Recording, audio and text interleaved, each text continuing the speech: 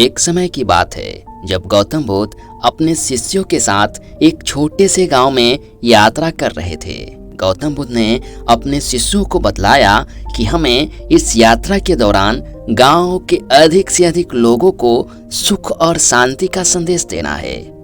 गौतम बुद्ध और उनके शिष्य यात्रा करते करते एक दिन एक युवक को देखा जो बहुत ही उदास और निराश था। वे युवक के पास गए और बोले, क्या तुम्हें किसी समस्या से चिंता है? युवक ने कहा, मेरी जिंदगी असफलता और दुख से भरी हुई है। मैं खुशियों और सफलता का आनंद नहीं ले पा रहा हूँ। तब गौतम बुद्ध ने उसे प्यार से देखा और कहा, शायद तुम्हें समझने में मेरी मदद करने के लिए एक कहानी सुननी चाहिए। गौतम बुद्ध ने बताया, एक समय की बात है, एक किसान अपने खेत में बोने के लिए गेहूं के बीज को लेकर गया। उसने ध्यानपूर्वक बीज को बोया और उम्मीद की कि उसके बाद उसमें से कुछ उगेगा। कुछ दिनों बाद किसान ने देखा कि उसके खेत में कुछ अन्य घास फूस भी उग आए हैं जो उन्होंने नहीं बोया था। वो उदास हो गया और सोचने लगा कि उससे उसका काम बिगड़ गया है। अगले ही दिन उसने अपने खेत में जाकर अपने संबंधित व्यक्तियों से बात की। वे सब उन्हें बतलाएं कि ये घास फूस अपने आप आ गए हैं क्योंकि उनके पास अपनी उपज होती है। उन्हें उगने के लिए आसमान की बारिश की जरूरत होती है।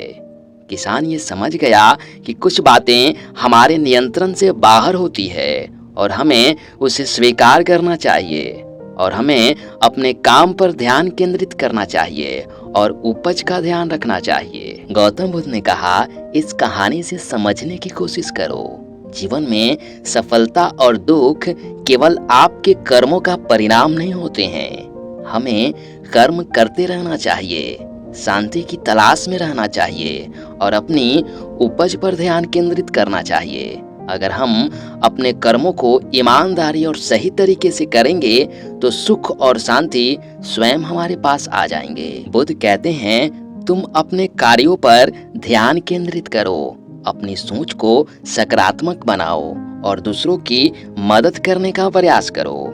जब हम अपने आसपास के लोगों के लिए प्रेम और सहायता का भाव रखते हैं तो हम सच्चे सुख और आनंद का अनुभव करते हैं। युवक ने गौतम बुद्ध की बातों को समझा और उन्हें धन्यवाद दिया।